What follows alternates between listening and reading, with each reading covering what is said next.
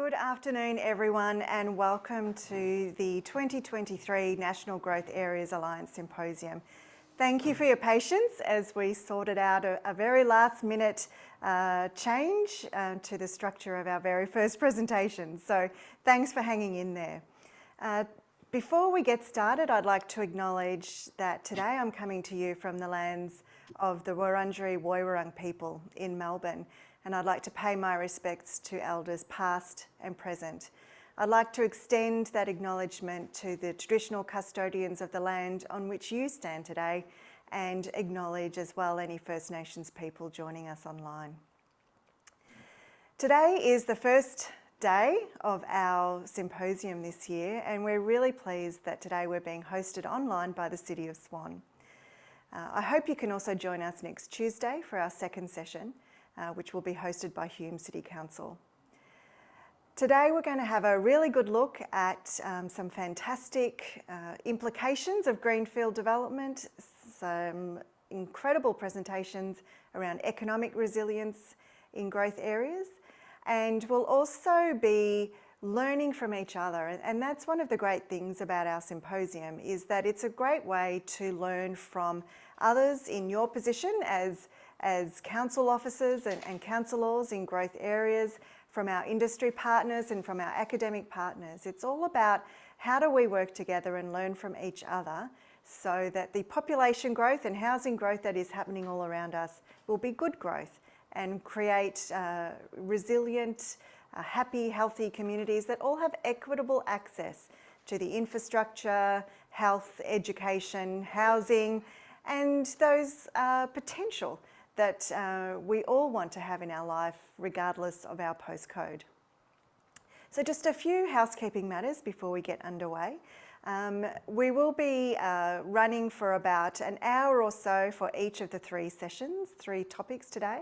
So please do make sure that you keep yourself muted when you're not speaking, obviously, but we will be recording this presentation and it will be available exclusively to you as registered audience members, and then it will be made more publicly available right down the track, so you will have exclusive access for the first few months. We would really encourage you to use the chat function for questions and comments. We will be holding question and answer sessions at the end of each group of presentations with all the panellists there to answer your questions. So please do put them in. We will be monitoring and bringing them all together when we reach the panel session. So without further ado, we would like to welcome you, and we would like the City of Swan through a fantastic video they've put together to showcase the beauty of their city, to welcome us to the symposium this year. So let's try that video. Hello and welcome to the 2023 National Growth Areas Alliance Symposium. It's a pleasure to host you here today in the vibrant Ellenbrook town site. It's one of the jewels of the crown of the City of Swan. I thank you for choosing our city as the setting for your event and giving us the opportunity to showcase our wonderful part of the state. I hope you all have a lovely afternoon and find today's presentation on the development of Ellenbrook informative and engaging.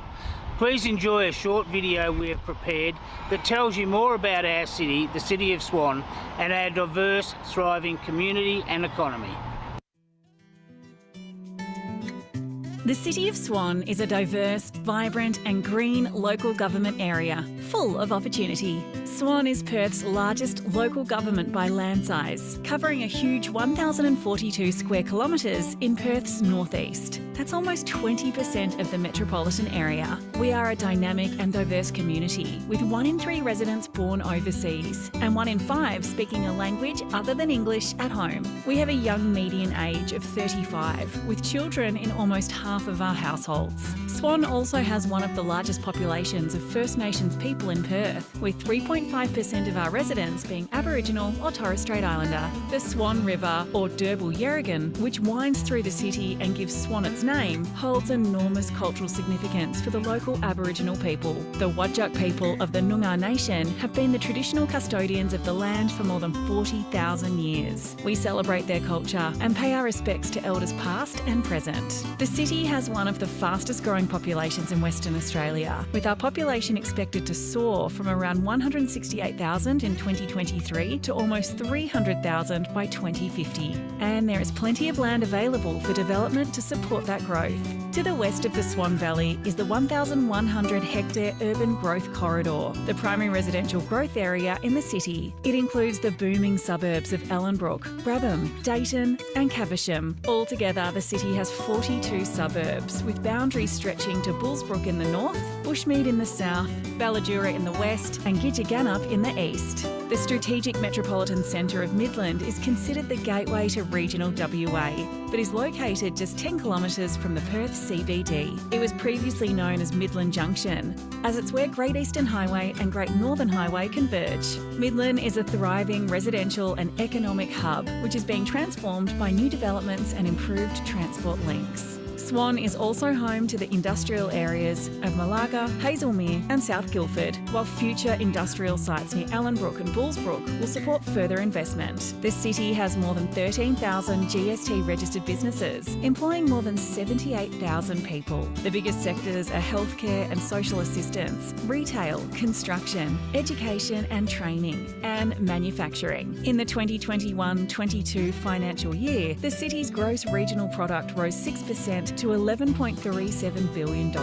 representing 2.8% of Western Australia's gross product. The city is rich in natural assets, from the iconic Swan River to the internationally renowned Swan Valley tourist region, home to the oldest vineyards in Western Australia. The City of Swan is one city, but it is full of diverse people and places. Our ideal location, natural assets, strong economy and development opportunities ensure the city has a bright future. Councillor Lucas for that warm welcome, and it was great to get an insight into the beautiful city of Swan. And just before we kick off the first presentation, it would be great to find out in the chat where you are all joining us from, and if you are from a growth area, it would be great to know a little bit about your area that you're representing today. So we'll now jump into our first presentation, our first session, which is about revisiting Ellenbrook. Now, many of you will have heard of Ellenbrook. It was a multi-award winning urban design and urban development in its day, and we're going to have a really fantastic deep dive into that today, both from the designer's point of view and from the local government point of view now. So it's my pleasure to introduce Mike Day from Hatch Roberts Day, who will be presenting first around his experience with Ellenbrook, and then will be followed up by Stephen Kane, the CEO of the City of Swan. So I'll quickly introduce both of them and then they can run through their presentations. Mike Day will be well known to many of you. He is a founding partner of Hatch Roberts Day and is a fellow of the Planning Institute of Australia and recipient of several high-profile awards. Consecutive WA planning ministers appointed Mike as Deputy Chair of the Subiaco Redevelopment Authority and a board member of the East Perth Redevelopment Authority. Victorian Government has also appointed Mike to the Werribee East project within the City of Wyndham, which is also one of our members.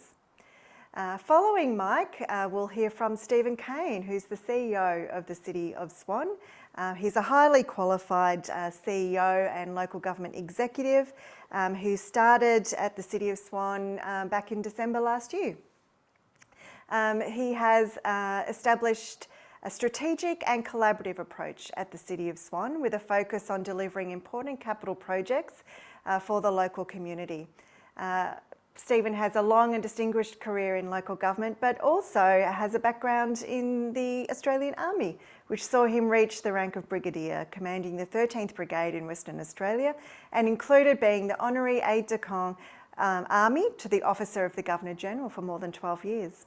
So Mike and Stephen will now revisit Ellenbrook and outline what worked what maybe they will do differently today and what still needs to be done.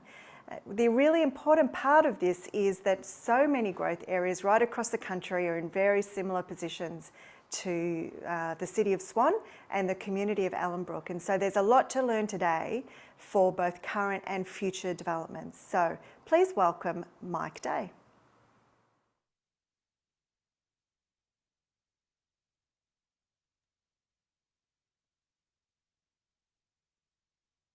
Thank you very much, Bronwyn. I think I'm on audio now.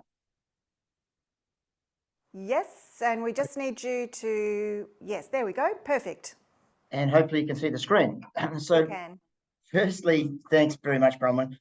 It's a real great pleasure for me to be jointly presenting with the CEO, with Stephen, and it's quite a nostalgic moment for me. We're about to celebrate our 30th year for a number of us that have been working on the project. So it's been a wonderful journey, and hopefully today, as Bronwyn's saying, we can share with you just some of the lessons that we've learned and what we might have done differently given the passage of time, and particularly post-COVID. So without further ado, I'll just move through here. Like Bronwyn, I would like to acknowledge the traditional owners of the lands upon which we meet today and pay respect to elders past, present and emerging, and their enduring connection to land, waters and culture.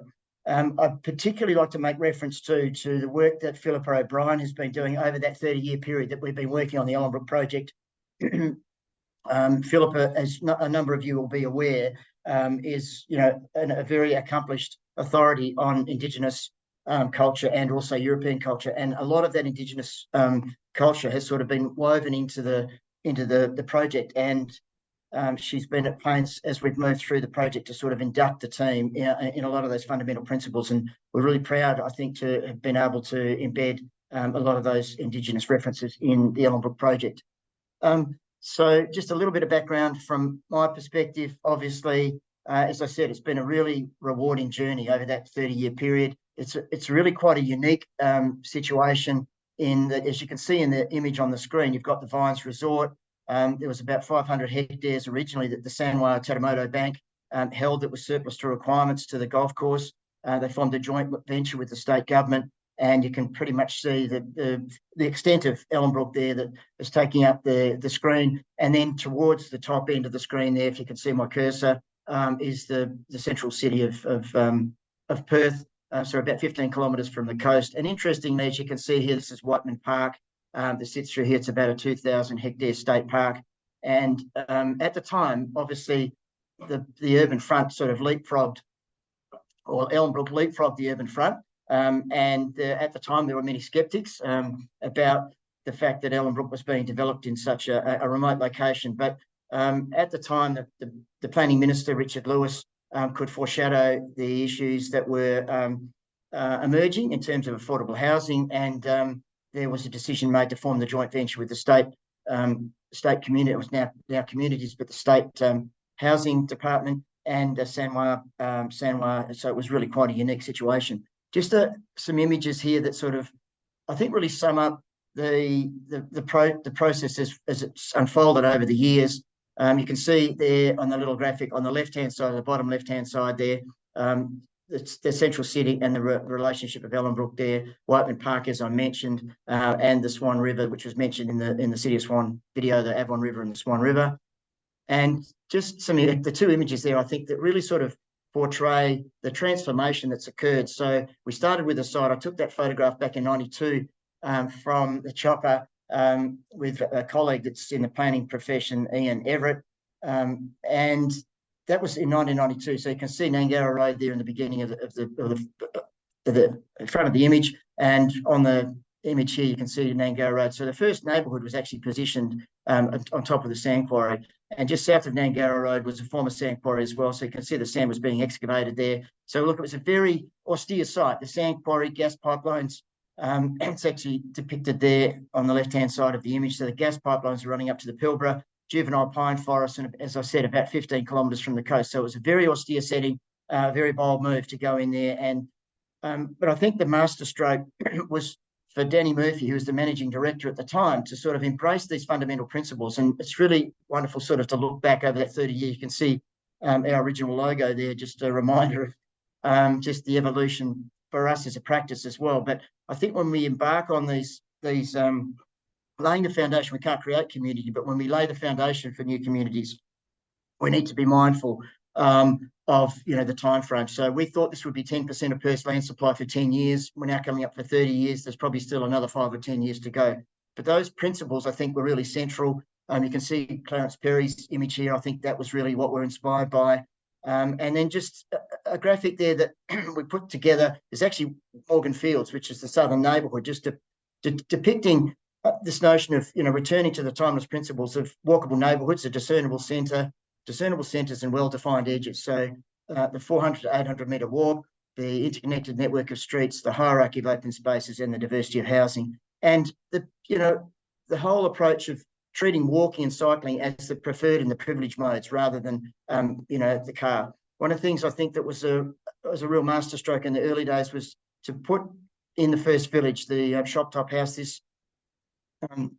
This corner store was actually developed before the first resident moved in, and it was wonderful to see that it was in place for a lot of the tradesmen that were buying their pies and their choc milks here before the first resident moved in. But it really gave, I think, an indication of that notion of creating a central place and a sense of place and a sense of belonging, which Ellenbrook has always fostered through the community development. The other thing that I think was really instructive in those early years was to actually build the 8 schoolhouses. So we're very, very conscious as urban planners of enabling children to be able to walk and cycle to school from day one. We think it's the inalienable right of school kids to be able to walk and cycle from day one. Again, these houses were 8 houses were built by an investor from Adelaide. They were leased back to the education department. We had 200 kids in those schoolhouses for the first 2 years, which was the interim period that was required before the school was built. So it really alleviated the need for mum and dad to drive their kids to school in those early days. And you can see how close those houses were. They got converted back into houses after the kids moved into both the primary school, the government primary school, and the public school. The Ellenbrook Town Centre, I think, was really important, and particularly the work that Joe Pascioni and his team at Prime had the confidence to come in and actually build 3-storey walk-up apartments in the absence of, there was a bus service there, but it was in the absence of transit. What did happen was on the master plan back in 93, we put a 40-metre wide transit corridor on the plan, thinking that we might have to wait 10 years for transit. Unfortunately, there was 3 governments that tried but couldn't actually provide the rail network, and it's really wonderful that it's now it's under construction as we speak, and hopefully be finalised. The station at Ellenbrook will be in place in early 2024. But it's a bit sad that we've had to wait 30 years, and I think the lesson that we've learnt there is that in future, the earlier that we can get the transit in, the better off we are. And just that image depicts the cycleway network. So not only have we got these walkable neighbourhoods, discernible centres, well-defined edges, and you can see just how graphic that is on each one of these neighbourhoods where these focal points and these sense of place and sense of belonging, I think, has really sort of been sheeted home. But it's the orange lines that you can see here, which are the cycling pathways that connect all the neighbourhoods. And we hear anecdotally, and this is the thing that's most gratifying about working on the project, is we hear people actually bringing their bikes on the back of their cars to Ellenbrook to cycle around these cycleways, primarily, again, because they're so well connected. And Philippa's artwork, as I mentioned, a lot of it is Indigenous art. You've got an example here of the Coolamon, which was the theme for the 4th village, which is actually the Aboriginal name for the gathering bowl. But all of the red dots that you can see on that plan signify the art pieces on the art trail that you can come and visit on walking and cycling trails.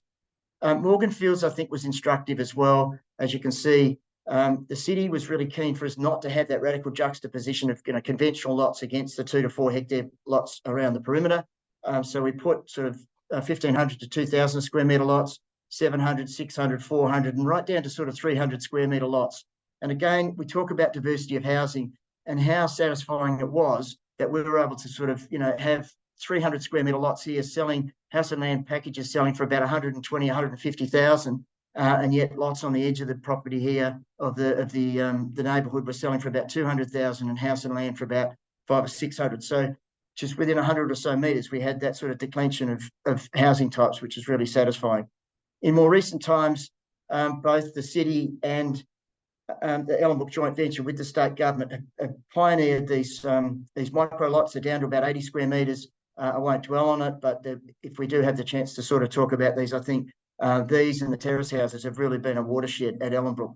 I wanted to put this graphic up here just depicting, this almost happened by default. It's the entry road into the 5th village of Charlotte's Vineyard, and just stark contrast of the opportunity for us, I think, particularly when we've got amenity to, include the rear laneway rather than the front-loaded lot, just a stark contrast between sort of a more drivable suburban sort of setting. We've got driveways in front, curb cuts and driveways that sort of all come across the footpath versus the rear lane where the cars are garaged at the rear, and you've got this uninterrupted pedestrian pathway, and you can sort of graphically sort of see which side of the road you would want to push the pram or, walk or cycle as you went down to the village centre.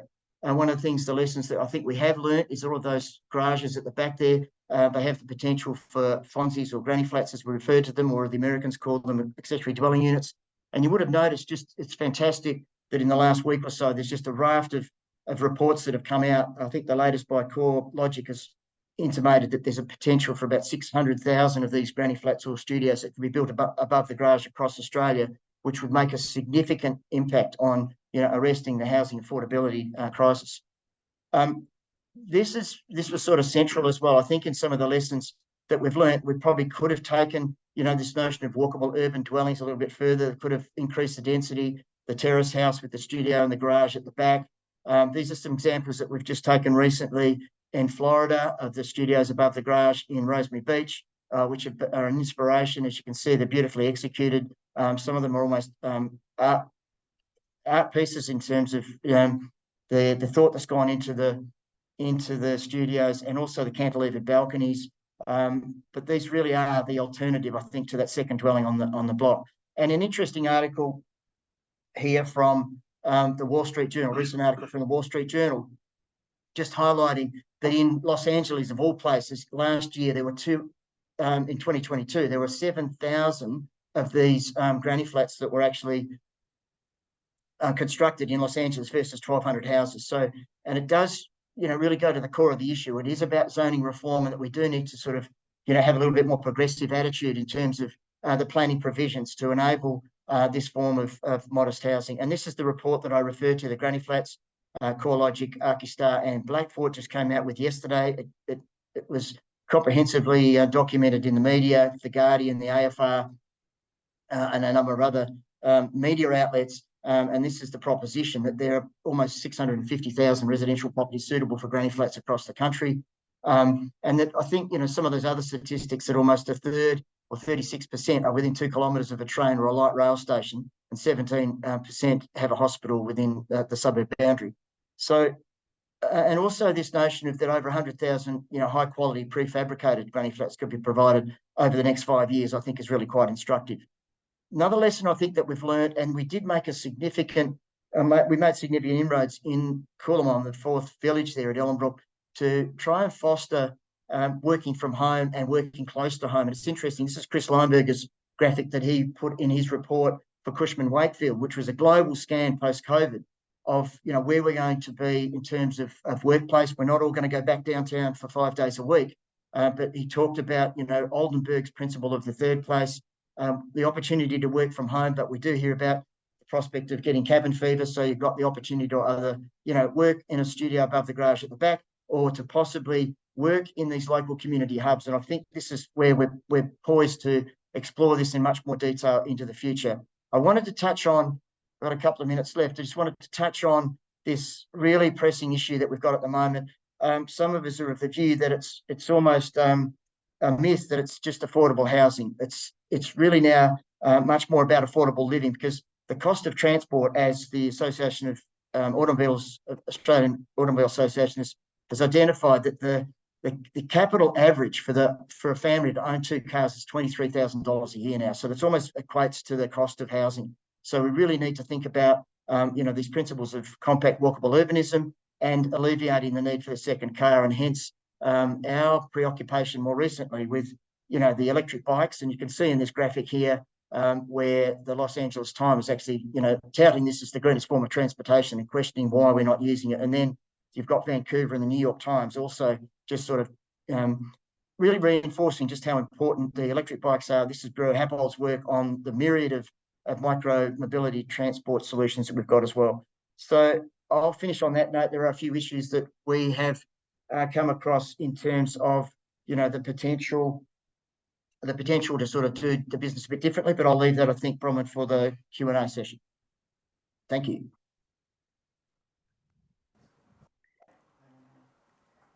Thanks, Mike. That was fantastic. Thank you very much. Really appreciate those insights, and it's interesting to see already how much has changed in the outside world as well, and how we live and how we work.